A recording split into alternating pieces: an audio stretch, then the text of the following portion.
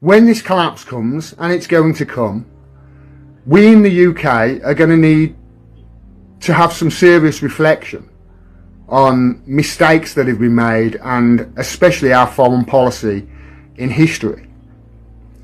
And we're going to have to rely on these nations that we've been stealing from for years to deal with us, because we need them. We're not like Russia. We're not self-sufficient. Russia has its own oil, its own food, it doesn't have to import anything. It can survive without the world. We, a tiny little island, do not have that luxury. We need to import. That's why we've stolen so much history. So what happens, do you think, in the next decade as African countries are rising and getting more powerful, and the Western countries that had them under their heel for so long, like the UK where I live, are on the way down and their economies are collapsing? What help do you think we're going to get from those countries that are becoming more powerful? How do you think that the Africans are going to look towards the English with regards to trade deals and buying their uranium off them if we need to? They're not going to look too kindly, are they? Especially if there's absolutely no apologies whatsoever. And as far as I can tell, this country doesn't apologise for jack shit. And the reason it doesn't apologise is because if it apologised for the stuff that it's done, it'd have to start giving back all of the stuff that it's stolen. I've spent hours inside the British Museum. That place is an absolute, it's a treasure trove. It's incredible. And it's nearly all nicked. And we're going to have to, in the UK, in the West, really start looking at our place in the world and really start looking as to whether we really do value the things that we say we do. I saw somebody earlier saying, you know, this is what the West do. They just play pretend. It's no wonder the West now accept a man being a woman if he just identifies as one, because we in the UK have been identifying as a nation that is on the side of law and order. A nation that values free speech as it's censoring everybody. A nation that values freedom of the press and is a shining light and a beacon for freedom of the press throughout the world, whilst it's literally because it was the white man, when they arrived here in the Americas, that slaughtered over 13 million natives. It was the white man that raped their women and daughters. It was the white man that destroyed their culture. It was the white man that took their language. It was the white man that devastated the beauty of what was here prior. And standing on the words of Archbishop Desmond Tutu, when the missionaries came to Africa, they had the Bible and we had the land. They said, "Let us pray." We closed our eyes, and when we opened them, we had the Bible and the white man had the land. See, it was the white man that went over to Africa and slaughtered millions, enslaved millions, destroyed their culture, their language, and the beauty that was there prior to us. Because see, I recall it was the white man who enslaved our black brothers and sisters once they took them from Africa here to the Americas. And for over 400 years, it's been the white man that has continued to enslave our black brothers and sisters. In fact, when they were prospering like Black Wall Street, it was the invasion of the white man that destroyed that city. It was the invasion of the white man onto the island of Puerto Rico that devastated the people that lived there. It was the white man that stepped foot into the islands and the nations of Haiti that once again devastated and left it to die. Because the reality is this: Everywhere the white man has invaded, everywhere the white man has placed his foot, he has left it destroyed. When Britain claimed Kenya in the early 1900s, they didn't just rule it, they took it. The most fertile farmland in the country was renamed the White Highlands. And this wasn't just a name, this was law. Africans, especially the Kikuyu, who had lived there for centuries, were forced off their own soil. And entire communities were moved to subpar reserves. And if that wasn't bad enough, Britain instituted taxes on the Africans that they could only pay by working for the settlers. Hut tax, poll tax, labour tax, all of these were forcing people into wage slavery. Movement as well was tightly controlled. Africans needed passes to leave their reserves, and wages, they were set incredibly low so that people were poor and dependent on the work. This wasn't about civilization, it was about creating a permanent class of cheap labour for Britain's plantations and railways. By the 1940s, people had had enough. And political groups like the Kikuyu Central Association started demanding land and rights. And out of that frustration, the Mau Mau Rebellion kicked off in 1952, with fighters swearing secret oaths to reclaim their country. And how did Britain respond? With overwhelming violence. Entire villages were wiped out, and communities rounded up and put into barbed wire camps. And inside those camps, torture was routine. Beatings, sexual assaults and starvation, and people were hanged after sham trials.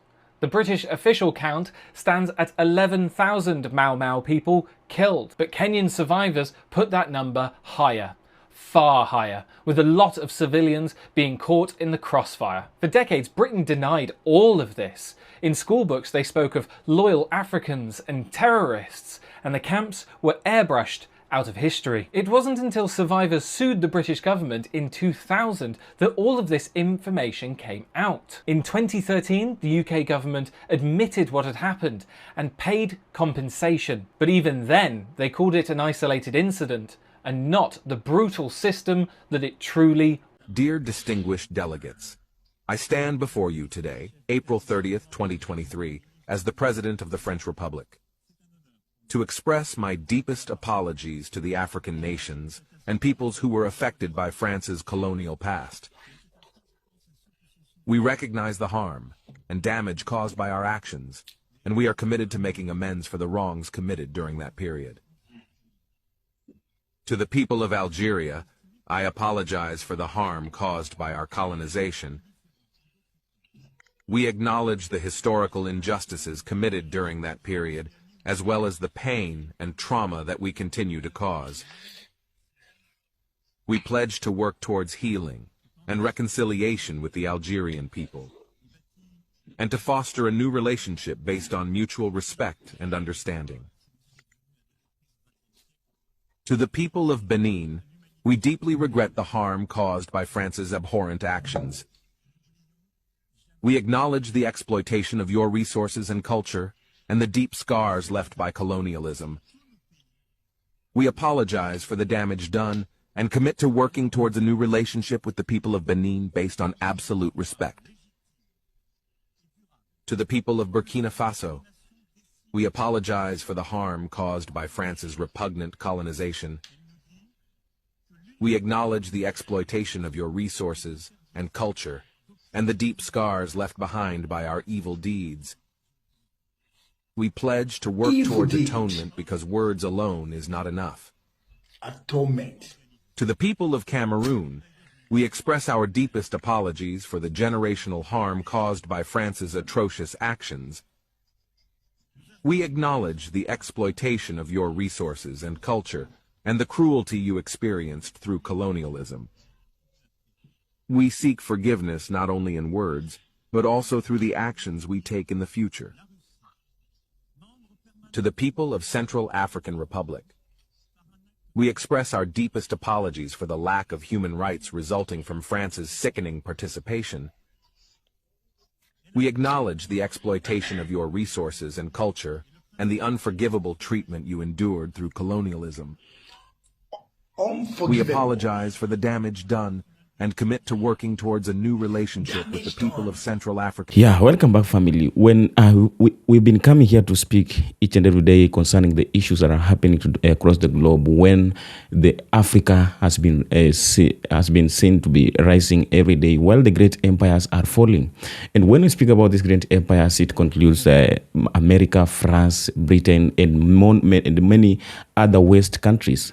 But today, just a few days ago, I did a video when I played a clip of Emmanuel Macron asking for forgiveness to the African countries, and many people came to the comment section saying that this is an AI, because something like this cannot happen, or they don't believe that maybe one day or someday the West can come and start to apologize to African countries for all that they did towards Africa.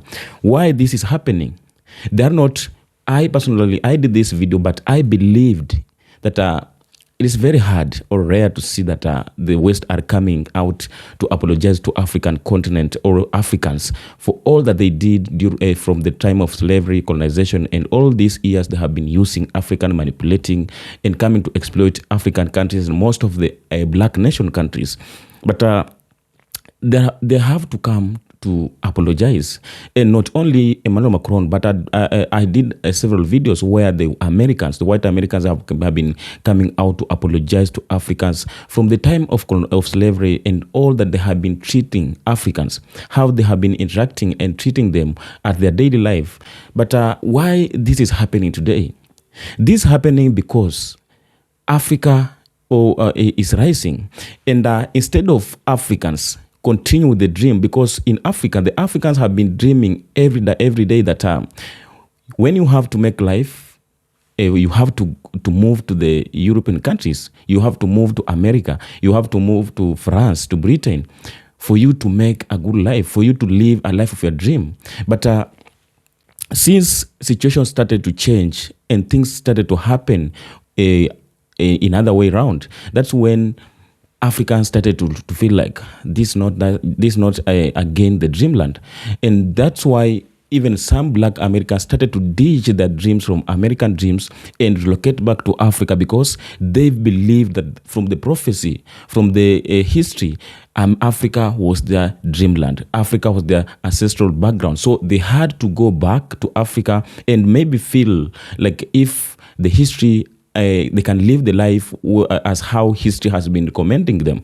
So a new American dream is to leave. If you don't know me, my name is Michelle. 7 months ago, my boyfriend and I decided to leave the US for good, pack up all our shit, and move to Spain. Here's why. When I lived in America, I had a chef, nutritionist, and would only buy organic foods, worked out 7 days a week, and somehow I gained a shit ton of weight, developed thyroid issues, and a leaky gut. The fuck? I moved to Spain. I eat out almost every day, and somehow I've lost over 15 pounds since I've been here. That's because most of the chemicals that they use in America are not allowed here in Europe. Number 2 is a lifestyle. When we lived in America, we had the big house, we had the yard, we had the cars. All we wanted to do was stay home. Only time that we truly went out to enjoy life was on the weekends. In Spain, every day is like the weekend. You'll see friends and family out having dinner and drinks, and it's like 9 p.m. on a Wednesday night. Another huge perk for us is that we are 5 hours ahead of Eastern time. We can truly enjoy our mornings, meditate, go out to brunch, and we won't hear from anybody until hours later.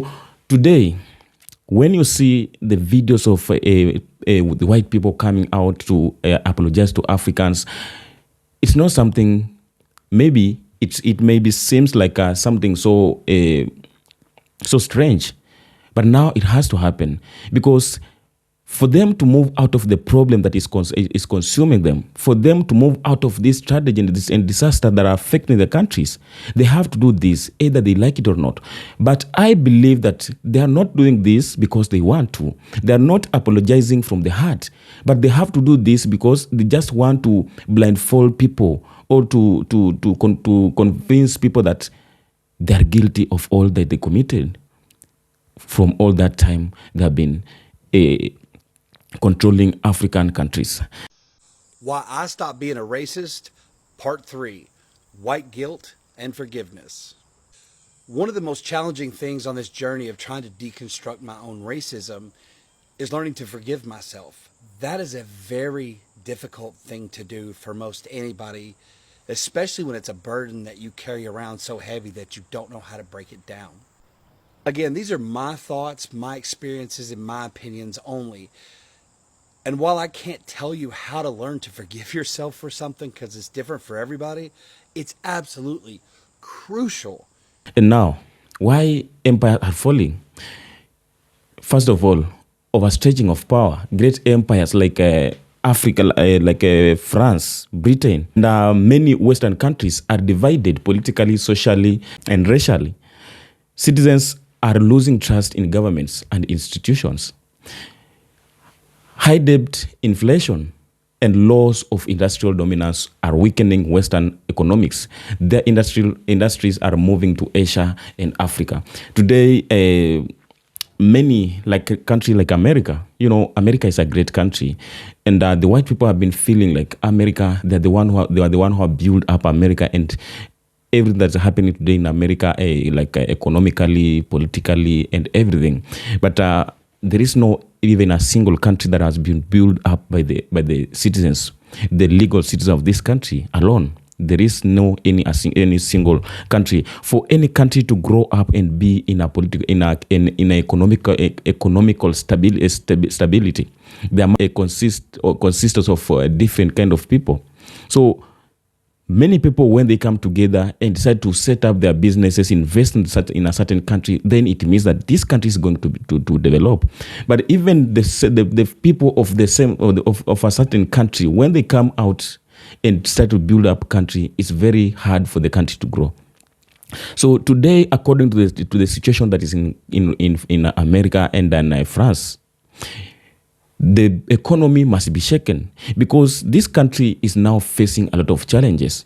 It's facing a lot of chaos and disasters. When we see immigration problems, many African Americans and some of the white people are moving out of this country to go and start life in other parts of the world. Why?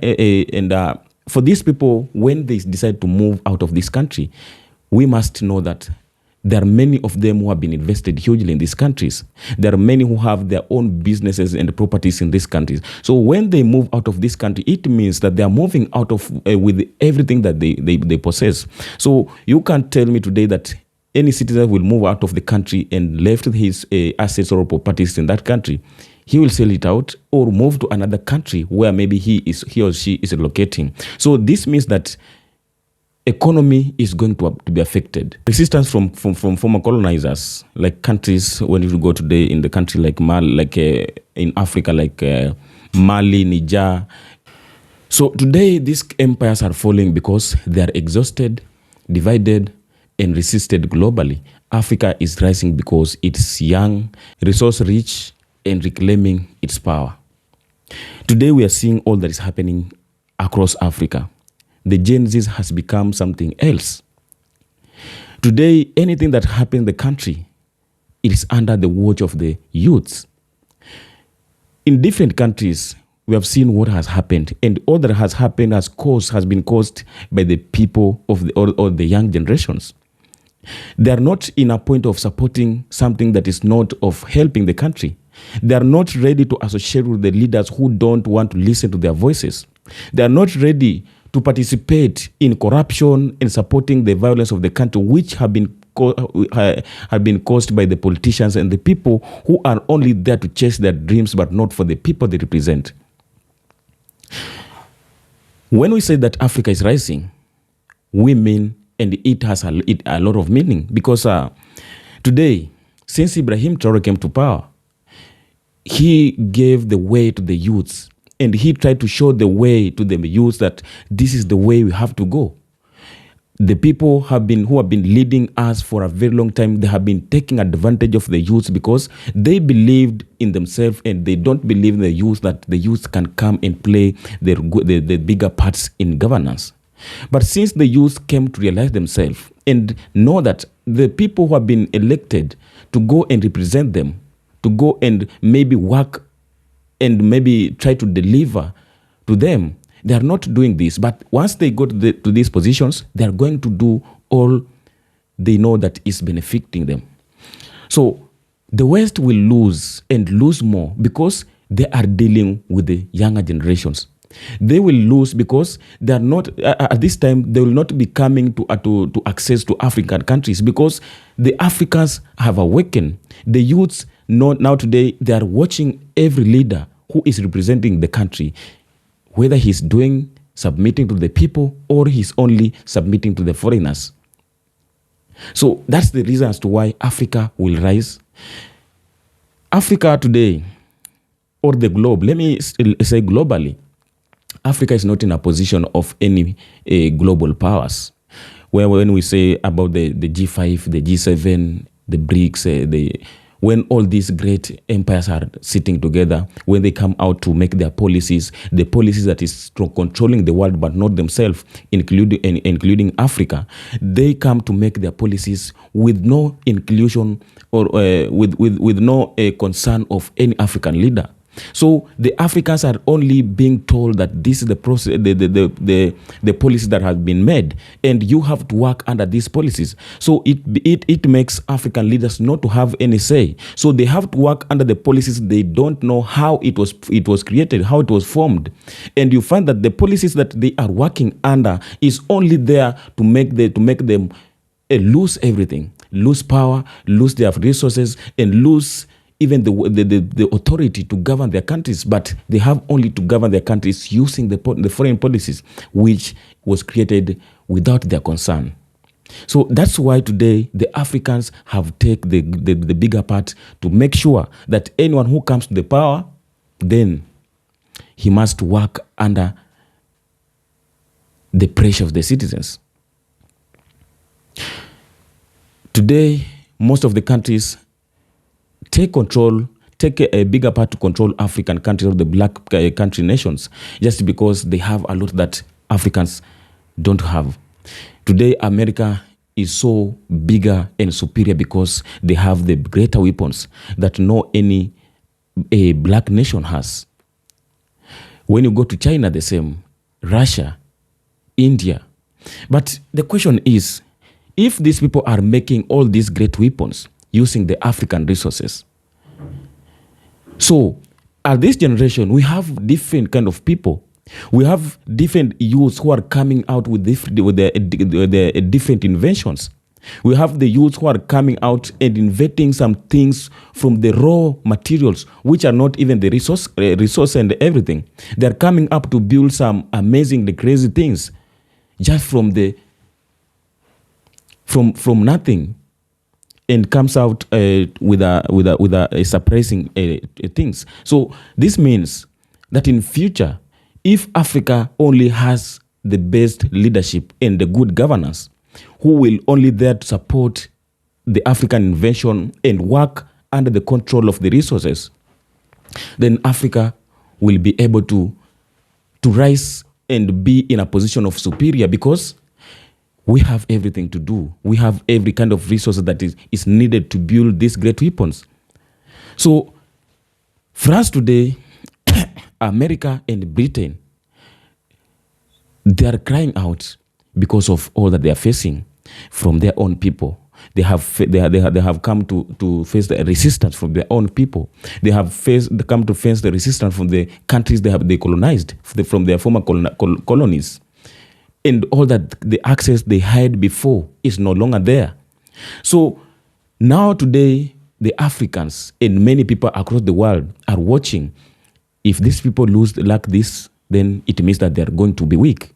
If now today they don't have, France can't access to the uranium from the West African countries, it is going to be weak.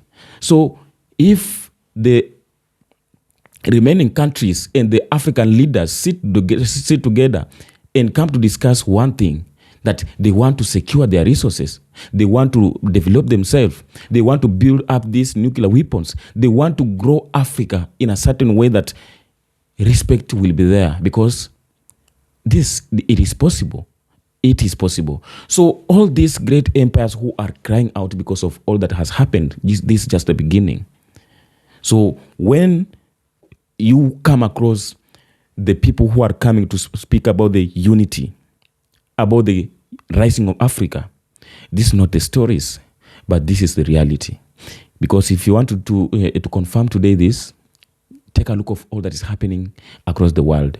The African Americans are coming back to Africa from the European countries. When during the time of slavery, they played the bigger part, the bigger role to make sure that the Africans and the Black Americans don't unite. Because if they unite, then a lot is coming to happen. A lot will happen. And all that they buried, all that was hidden, it is now the time it's coming out. And this is the time I can confirm to you that no one at this time will stop the Black power. No one at this time will stop the African from rising and becoming to the place where they were supposed to be.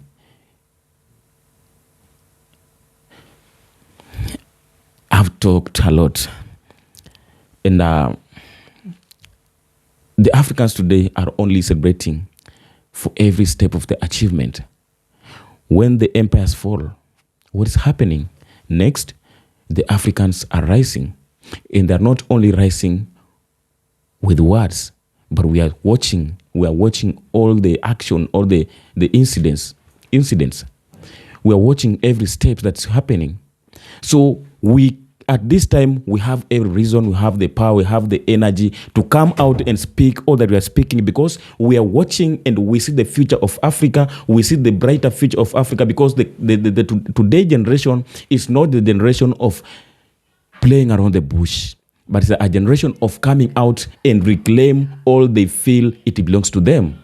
So just tell me, if you have ever come across all that's happening across the globe, if you believe that Africa is rising, if you believe that African youths have become the savior of African continent, and that they're becoming the leader of tomorrow's generation, then let's meet on the comment section and tell me what you think. What do you think? What do you think about these issues? Because as Africans, at this time, we are so privileged. We are so overwhelmed, because when we sit down and watch over everything that's happening across the globe, across the Africa, then we must thank the God of Black people, because he was late, but again, he has awakened, and now he's doing things mysterious way. He's doing things in a way that even as the Blacks, we never expected that maybe it will come to happen at this time of a moment.